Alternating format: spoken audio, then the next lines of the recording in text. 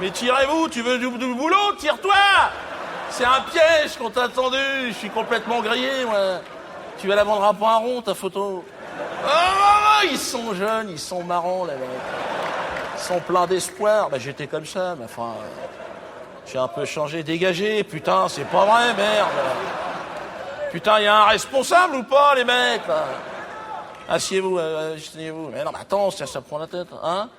Ah, bon, une pour toi, c'est vrai que c'est pas... Non, c'est vrai que, quoi? Le baptême avec Jean-Marie, ouais. Ah, t'es encore là-dessus, toi? Ah, il est encore sur le baptême, sur cet été, là.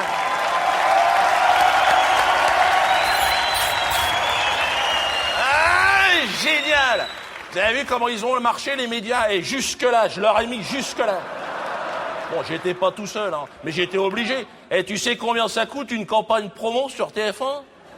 J'ai pas les moyens, je suis fini, moi. Donc, faut être inventif, faut trouver des astuces. Au départ, j'avais pensé simuler une fausse agression. Ah, j'aurais fait ça dans le 19e arrondissement, à côté. Les caméras sont déjà sur place. Mais j'ai un copain, il m'a dit, fais surtout pas ça, Dieudonné, tu vas te faire démonter la gueule pour pas un rond. Ce qui est pas faux. Je veux dire, il m'a dit, si c'est toi, ils se déplaceront jamais, les mecs. J'ai dit, non, mais j'aurais mis une kippa.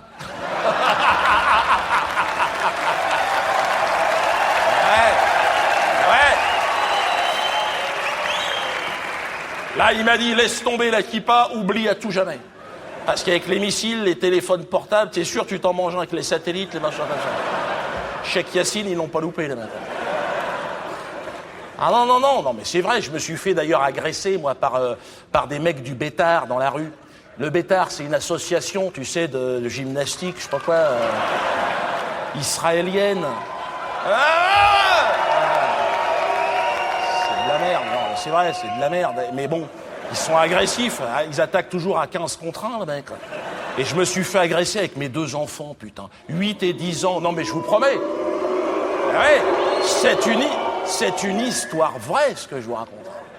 8 et 10 ans, tu vois, c'est pas encore des cadres du Hezbollah, les mecs.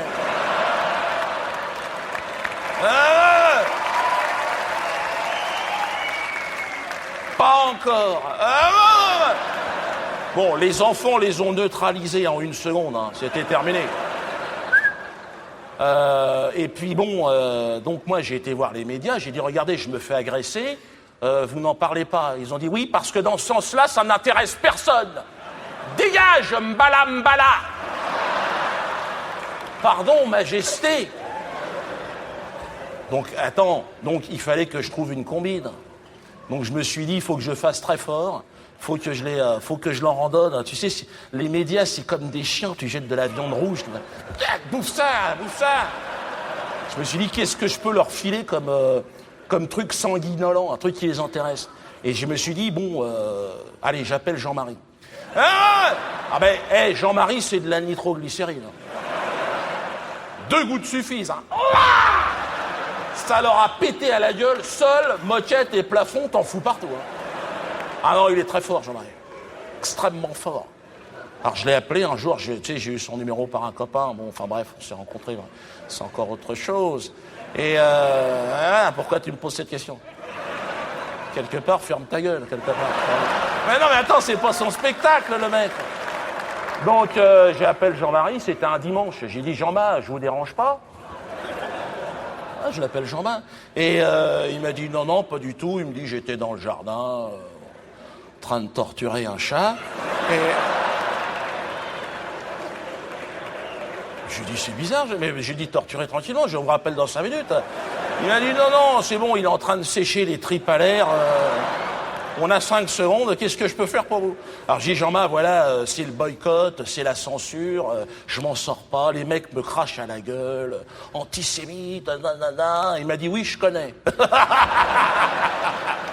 Déjà, on avait un point commun, c'est clair. Il m'a dit, mais je suis pas sûr qu'un rapprochement, ça relance votre carrière. C'était pas faux comme analyse. Alors, j'ai dit non, mais on pourrait faire un truc, voilà, est-ce que vous voudriez être le parrain de mon enfant? Alors il m'a dit, mais vous êtes chrétien, je croyais que vous étiez musulman. Alors j'ai dit, je sais pas. faut être chrétien pour baptiser un enfant, obligatoire. Ça, c'est un truc que je savais pas, ça. Alors j'ai dit, je dois être chrétien, je m'appelle Dieudonné. Ah, qu'est-ce que je peux faire de plus, moi? Faire enculer par un curé? Alors il m'a dit... Non.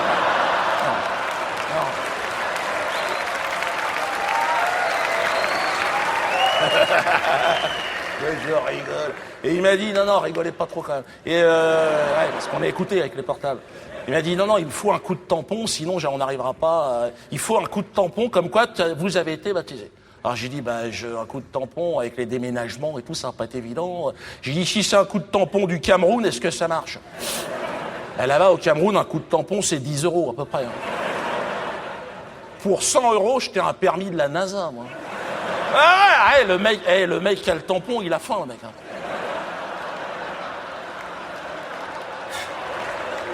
Il attend, il est avec son tampon. Qui veut un coup de tampon? Ah non, mais attends, t'es malade, là-bas, c'est comme ça. Hein. Et donc, il m'a dit, non, oubliez les coups de tampon. Il me dit, j'ai un copain, heureusement, Jean-Marie, il a un copain à lui qui est curé. Il m'a dit, bon, c'est un marginal, un mec qui jacte en latin. Et pareil, il a décroché. Et donc, il m'a dit, bon, je vais arranger le coup. Par contre, il faut un nouveau-né. Pour un baptême, t'es obligé. Hein. Alors, j'ai dit, bon, oui, ça, j'ai ce qu'il faut. J'en avais un tout frais démoulé du matin. Un petit garçon, toi, il était bien. Il me dit, il s'appelle comment? J'ai dit, Judas. Non, là, il m'a dit, non, on va se faire choper, on va être emmerdé. Je voudrais pas avoir l'église catholique sur le dos non plus. Il me dit, vous en avez pas une autre, vous êtes africain, vous devez en avoir un paquet. C'est pas faux, j'en ai 5. Alors, j'ai dit, oui, j'en ai une petite, là, qui est juste derrière, là. Tu vois, elle marche à peine, quoi. Plume, on l'a appelée Plume. Tu sais, la 5e, t'as plus tellement d'idées. Et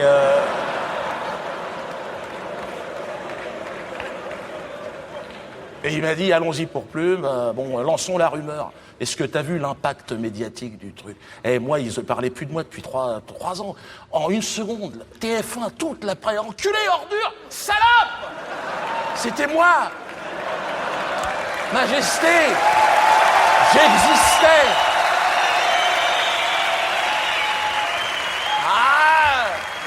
C'était impressionnant. En termes d'impact, j'ai fait mieux que Fourniret cette année. Pourquoi tu te fais chier à violer des gosses? T'as qu'à le faire baptiser, ton enfant. Si tu veux qu'on parle de toi. Non, mais c'est aussi énormément grâce à Jean-Marie, c'est clair. Et il a fait ça gratoche. Hein. Il m'a dit, si on peut leur glisser une quenelle, je suis avec vous. On leur a rangé la barquette tout au fond, hein, franchement. Jean-Marie, il est excellent. Merci, Jean-Marie. Mais surtout Plume. Attends, Plume, t'imagines, ma fille? Son frère s'appelle Judas, son père c'est Dieudonné, elle est filleule de Jean-Marie Le Pen. Attends, c'est pas évident, d'ailleurs. Elle est là, Plume? Parce que je lui avais dit de venir. Voilà, avec sa grand-mère, venez. Voilà. Regarde ça, Plume.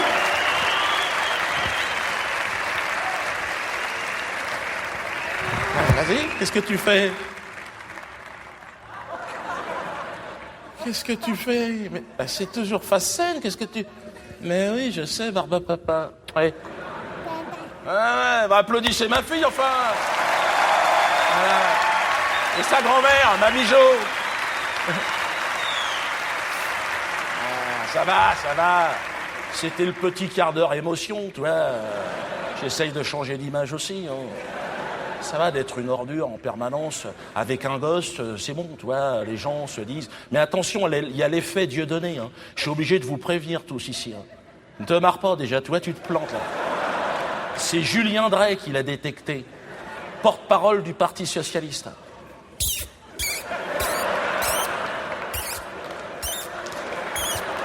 Dernier étage. Il porte la parole, du Parti Socialiste. Bon, il en prend un peu, parce qu'il a des faux frais. L'autre, il en prend un peu partout. Oui, c'est Julien Drey.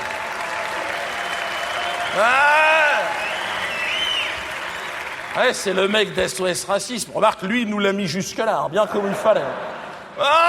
Bien joué. Julien Drey, c'est lui, au moment de la mort du jeune Ilan Halimi. C'est un jeune juif qui s'est fait tuer par des barbares. Et le lendemain, bon, il cherchait des barbares un peu partout. Hein. Bon, moi, j'avais un alibi, j'étais sur scène. Mais l'autre, il m'a chargé, Julien. Premier micro qui lui tombe sous la main. Il le teste, tic, tic. Donnez-moi. Alors.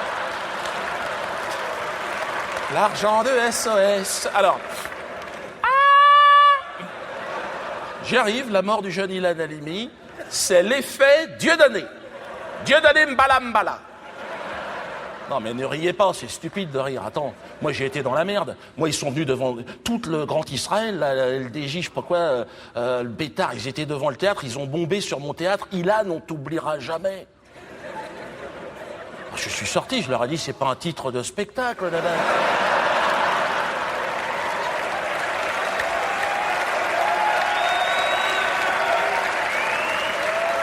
Non, mais ils ont menacé, mais vous vous rendez pas compte, ces milices-là, ils menacent, bon, toujours à 40 contre 1 dans le dos, hein, mais ils menacent, ils ont menacé mon personnel au téléphone, toi, hein. On va vous cramer, Arthur, les antisémites. Alors ils ont dit, oui, mais on n'a pas envie d'être cramés, connard. Alors, moi, j'ai été voir directement un juge. J'ai dit, à cause de Julien, ils veulent nous cramer. Le juge a dit, dégage, fous le camp, sois déjà content de bosser, toi. Pardon. Ah, Julien, il a le bras très très long, hein. Il se gratte les pieds sur Champs Messi. C'est grâce à ça qu'il a piqué dans les caisses de partout où il est allé. Ah oui. Ah, je sais pas, un vieux réflexe. Et non, on tire pas sur l'ambulance, mais c'est vrai que bon, le mec il a dit, c'est l'effet Dieudonné. Attends. Ah non, c'est pour ça, moi maintenant je fais gaffe. Hein. Parce que dans mon spectacle, si tu veux, ça s'appelle l'effet Dieudonné. Tu te marres dans mon spectacle. non, ferme-la. Ferme-la à tout jamais, physiquement. Le problème, c'est qu'il y a un effet Dieudonné. C'est-à-dire qu'à un moment donné, tu ris, mais non, il y a un effet qui arrive par derrière.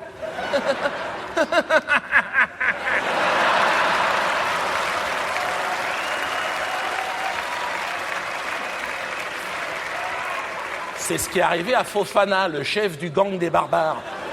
Au départ, il est gentil, le mec. Il collectionne les pins. Mais en fait, il a acheté un DVD d'un de mes spectacles, il a tourné fou, le mec. Déjà, il le regarde chez lui tout seul.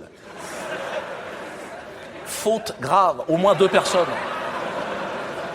L'autre, il est heureux, il est chez lui, chips coca, il est bien.